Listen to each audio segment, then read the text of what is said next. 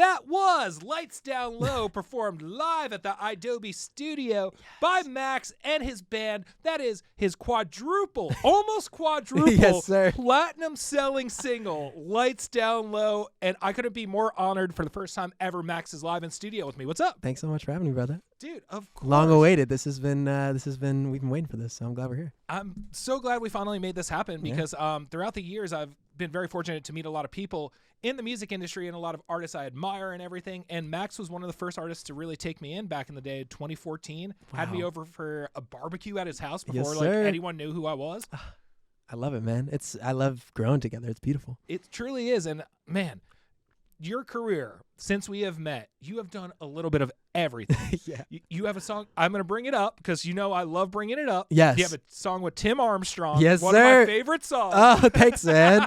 Let's go. Oh, my guy. I miss him, man. I haven't seen him in a bit, but yeah. Wichita forever, baby. Mrs. Magoo. We had a great time with that one. Dude, so good. And then just like seeing every single you've dropped, every project you've dropped, every tour you've hopped on, every tour you've been a special appearance on, maybe right before Fall Out Boy hit the stage. Oh my gosh, insane! I literally met my wife on that tour with Fall Out Boy and Wait, Wiz really? and Lil Uzi Vert. Yeah. No way. We had our first kiss backstage in Chicago at Tinley Park, opening for Fall Out Boy, and I just played there this past summer for the first time since that tour, which was crazy. That's wild. Yeah, man. Oh, great tour. One of my favorites ever. Damn, I didn't know that. That's crazy. Yes, sir. Yes, sir. Man, so you've done it all. Music has really just been your life. Yeah. Oh my gosh. I'm obsessed. I'm so passionate. I love it. And it's been really fun to sort of jump through genres and get to tour with some amazing artists that are in different spaces. And yeah, it's been amazing. Hell yeah. And now, speaking of your wife and everything, yes. What I've noticed is songs that you write about love tend to do absolutely incredible. I mean, "Stupid in Love" is probably one of my favorite choruses, and we're gonna get to the stripped down performance when the interview's over that Yes, you guys sir. did. But dude, right after you guys played it, the only thing I could think of saying is, "This is a song I would hear at the tree lighting at the Rockefeller Center tree lighting." Yes, in New York baby. City. I love it. I was saying this in an interview. I was just in Japan, and they loved it for some reason. I was just like, that song to me is something. It's just like this guilty pleasure song, and I love it so much. I have so much heart in it and so much soul. But I think in the same way, I love reality TV stuff like that. Sometimes you just gotta be unapologetically loving the things you love, and I think that song is definitely that for me. And I'm glad you like it too. Oh, 100%. And it kicks off the album Love in Stereo, right? Yes, sir. Yes, Yep. sir. Yeah. And dude, this record is the record that we all wanted from a voice like this. Oh, thanks, man. So, dude, even like Gucci Bag. And hold on, I'm gonna look at my phone just so I don't Yeah. mess Check up, out. No, please. so I don't mess up the I'm just titles. glad you even knew Gucci Bag. That's crazy. Oh, So- dude, of course. Thanks, I mean, you baby. were wearing one when you walked Yeah, in, this too. is true. So That's what the song came from. That was the story of the song. I love that, dude. Whoa is my favorite on the Yeah. record. Oh, thank you. That seems to be the sleeper one. I love that you like that one. Dude, Thanks, man. so good. Thank you. So talk about this record a little bit because Yeah. I would say of everything you've dropped, the 50 million singles, all of which are so fucking good. Like, Thanks, man. dude, just going back to like Mugshot, Puppeteer, Yes. Gibberish, Holla, like Yes. all those songs back in the day. This has the most soul I have heard from you, and I've personally always known you're a great singer because I could see it. I got to see you sound check. I got to see you just literally just fuck around with your voice during sound check. Yeah. But this really brings out your voice so much between all the falsettos Yeah. and all the cool stuff. Obviously, you had the incredible falsetto and Lights Down Low and everything. But like this one, it's every song has, oh shit, Max is one of the best singers I could possibly hear live.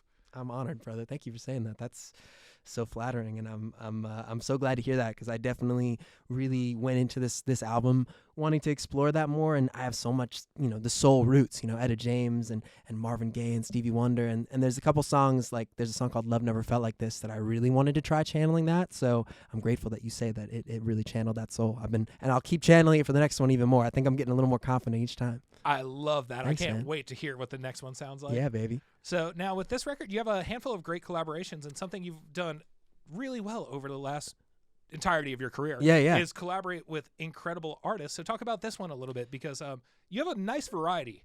Yeah. Oh my gosh. I clearly I say this in a lot of interviews, but I'm an only child and I'm a solo artist, so I think I just get lonely. So I love doing these collaborations and doing features and I just love artists. I love getting to collaborate with my favorite artists. For example, Duckworth is on this record on my song Say Less, and I'm just a big Duckworth fan. I just listen to Duckworth a lot, so I feel very honored and thrilled that I get to just ask some of my favorite artists to be on my songs, and then that's my dream, you know? So him on the record's been amazing. Of course, Hyun Jin of the Seraphim on Stupid in Love. She's so wonderful, and she's such an incredible singer, and I was honored to be her first feature at the time, which was so cool. And yeah, there's so many great ones. Jake, Bazzi, Ali Gaddy. I just feel grateful that I get to bring a superstar cast to be a part of my album. Hell yeah. Yeah, and baby. You've definitely been doing that on singles recently. Yes. Which I can't escape if I tried, which is the greatest feeling in the world. Yes, no, totally. I try to take it in stride. If you're hearing a lot, that means that the marketing and the hard work is hopefully paying off, which is, that's what you hope when you put your heart into the music. You just want it to be heard. So I'm glad that hopefully you're seeing the dances and stuff. Oh, dude, I'm seeing the dances and everything. And if I texted you every time I heard your song like I used to, yeah. I wouldn't stop texting you at this point.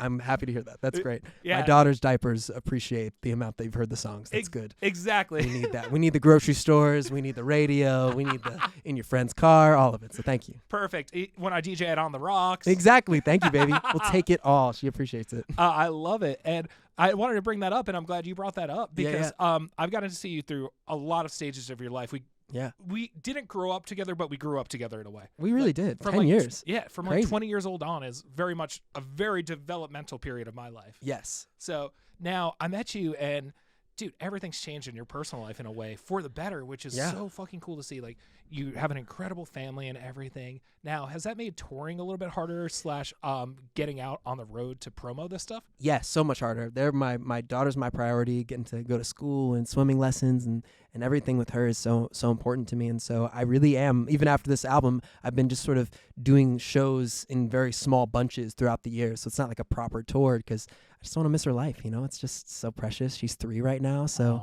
even being away, I was just in Korea for 10 days and like that's the most amount of time I can spend away. I don't want to do that often. So it's been beautiful to prioritize her and get to, live my dream, but she's my dream. To be a dad is the most incredible thing I've ever experienced and she deserves that, so I just want to be the best dad I can be. That's amazing. I love that. Now, are there any songs dedicated to her just yet? Yeah, no, there's actually a song at the end of the album. It's called Edie Celine, which is her name.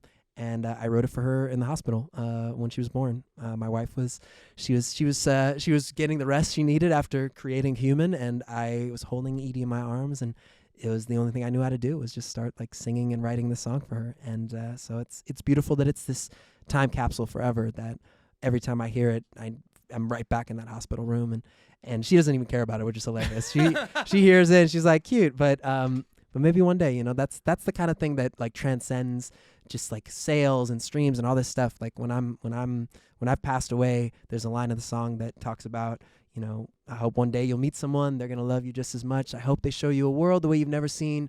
The years are short, the days are long. You'll have this song after I'm gone. And sometimes I really recognize that, this music hopefully will last long after we're all gone. And that's what matters to her, Dude, I have chills.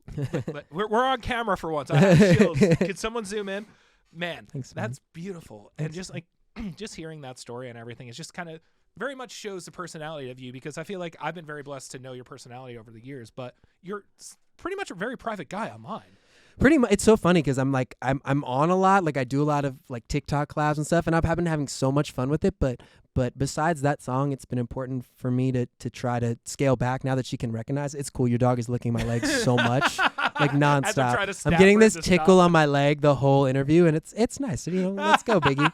I embrace you, baby. I'm glad you're excited. But it's been beautiful to the boundaries are important, because I did choose, even with Lights Down Low, to share that I wrote that song for Emily and I proposed to her with it, and I think it's important for me to share the stories of these songs, but also as far as our life boundaries, to make sure that the private life is there. So thank you for recognizing those boundaries. Of course. And it's always great just running into you just around town, which is awesome. Yeah. And then I got to tell the story. I ran into you at Jax's wedding. Yes, of course. And dude, I was ecstatic to see you. Yes, especially after I didn't get to see you personally at the Big Time Rush show. I only got to see you perform. I saw Ryan for a few seconds backstage. Yeah.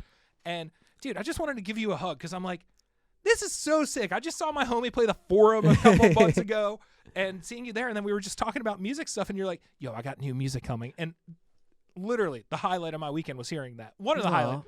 Thanks, brother. Because obviously Thank you for love was in supporting. the air. So Love was in the air. What a wild wedding. Shout out to Jax, my girl, and Brave, of course, and Sia showing up at the wedding. Yup. You know, I wouldn't expect anything less from Jax's wedding. She just goes to the nines, which was beautiful. It was great to be there. Exactly. And yeah, and that's basically where we kind of reconnected in a way too, which Yeah. is awesome. Yeah, you were slaying it back there. There's so much good music going on. There was a lot of great musicians there, and we were all dancing, and it was fantastic. We had an array. The live cover band was definitely the first time I experienced that, and that was great. I jumped up for a Fall Out Boy song, which I never love do. that. It's a great time, you know. Dude, so much fun.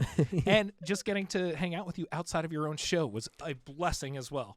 Same, brother. I like to let loose when it's not my own show. I don't like to. That's why it was funny jumping on stage, because it's ironic. I don't like karaoke or anything like that. Like, I love performing, but I don't really like to perform if it's not me actually performing. So that was really funny to jump up there. But all my friends were drunk and they were just like, "Get up!" So it was cool. It was fun. It was awesome. Great wedding. And now it's been about 10 years since you've been dropping music now, right? A little over 10? Pretty much, yeah. Just about a little longer. I want to ask you this because I've been reflecting on my own career a lot recently. Yeah. What is one of those standout moments from the come up that you can never recreate that replays in your mind all the time? What a great question. I'm just gonna say the first thing that comes to my mind, which was the first time I sold out a place called Gramercy Theater in my hometown in New York City. And it's an intimate place, like 650 cap room, and I was in there. And I remember the first time that the crowd, it's okay, the dog keeps licking my leg, and Fishkin is seeing it. It's hilarious. And we're just really embracing it for the interview. But I was at Gramercy, and I remember in the middle of the show, I was like playing my little ukulele, and I stopped, and the whole crowd was like screaming, "Max, Max, Max." And that was the first time that happened for me. And I started crying, and then they were screaming louder. And that connection with the audience I thrive off of that. I'm so connected to especially in the live shows, to the audience. And I think that was one of the first moments where I felt like my dream had come true. And I was so grateful for it. And it doesn't have to be the Forum stage, which is also a dream come true. But that was really the moment where I was like, if it's just this forever, I'm happy with this. And you can't recreate that first moment, you know? So that was really special. I'll never forget it. Oh, that's awesome. Yeah, man. I love that. And I could only imagine that feeling, especially at Gramercy. Totally, yeah. Just sometimes those intimate ones, you know, especially this. I just did a bunch of intimate shows, and there's nothing like crowd surfing in an intimate venue, you know? It's just great. You can get from one side to the other very quickly. You can't do that at the Forum, you know? Although I would love to crowd surf at the Forum and go all the way to the back and all the way to the front. That'd be like an hour. I think we can make it happen. Yeah, I'm down, man. That's the goal. I just want to keep doing bigger crowd surfs. But I do wholesome crowd surfs. I know you guys have a lot more like awesome rock acts on your shows, but you know, I like to like be like, "Can I trust you with my small body?" And then I trust that, and then it's great, you know. So it's less of me jumping in, which is not quite the rock star, but still rock star. I mean, we don't have that many artists who have toured as much with Fall Out Boy as you have, so it's that nice little crossover. There over you there. go. That's so real. Hell yeah. So now you performed 2 songs for us here. You did Lights Down Low and Stupid in Love. Yes, sir. And I want to ask you, what was obviously I know the answer for Lights Down Low because it is a little more of a stripped down song. But with Stupid in Love, how did you guys go into rearranging this for the stripped down version as a super duper like more poppy, polished song? Yeah, great question. You know, luckily my guy Cody Deer, who was playing with me at the live just now, he is amazing and co-wrote the song with me. So it's really nice when you have someone who's written it and is a part of it. We like to imagine new versions anyway. So it's kind of a part of the fun to figure out what's the core of the song and how can we create a new feeling or version. So I love doing the stripped down versions for things like this. So I'm glad you enjoyed it. Oh, dude, I got a private Max show on There you this go, beautiful baby. day. Hell yeah. That's awesome. So now what's the rest of the 2024 hold for you? Because, I mean, you just dropped the record. Yes. And I need to formally apologize for not making it to the release party. Oh, no, you're all good, brother. I felt so bad. No, don't I was feel like, bad. of all people not to make it out to, I'm Max, I didn't make it out. You're all good, baby. Don't worry. Don't worry. You got to put out another record soon so I can make that party. Yeah, I'll do a deluxe release party. Yeah. Working on. I have a lot of new music for a deluxe, which will be fun. And honestly, I'm really inspired. This album took me like 4 years, but I think whatever the next body of work will take, hopefully less time, because I'm in the mode right now. So I think I'm just a lot of new music, a lot of some exciting features that I'm a part of, and yeah, definitely shows this year. I mean, like I said, I'm gonna be a little more sporadic with them, but I gotta tour this. It's my favorite thing in the world. So that's kind of what's up next. I'm excited for people to hear more new stuff and hopefully come see us live. Hell yeah. You definitely have to tour this record because I want to hear your voice live on all these tracks. And you got to do one of those, hey, I'm only playing my new record first. Because, Ooh. yeah. I've never done that. I think you need to do this for this one. Okay. I'm down. If you tell me, I feel like some people have been saying that, so I'm inspired. Maybe we will. Perfect. Ooh, I love that. My leg is so wet from your dog's tongue. I just felt my leg, and it is drenched, but it's drenched in love, and I appreciate that. Thank you, Biggie. Thanks for giving so much love in this interview. He was truly giving love in stereo. Now he's licking my foot. It's Jeez, Biggie, Biggie. you got to buy Max dinner. I can't. My wife's gonna be jealous. Hell yeah. So how can everyone keep up with you? What's the Twitter, Facebook, Instagram? Oh, all the cute things. I got at Max on TikTok and some of those things. Let's go. How did I do it? I don't even know. But then other places, it's usually Max Music, so that's easy too. And yeah, thank you for the love. Thanks for having me, brother. And I promise it won't be 10 years to make this happen again. We'll do it again soon. I can't wait. And then also, I want to do this. I want to do this introduction for your future platinum single, Stupid in Love. Thanks, man. Hell yeah. So you guys perform this live in studio, so I'll let you do the actual honors of introducing this for everyone because I couldn't think of a better person to intro it. Thanks, gorgeous. Idobi Radio, my people, thank you for having me. I am Max, and this is the stripped down version exclusively at Idobi Radio. It's Stupid in Love featuring Hyunjin and LeSeraphim. I'm Max. Enjoy.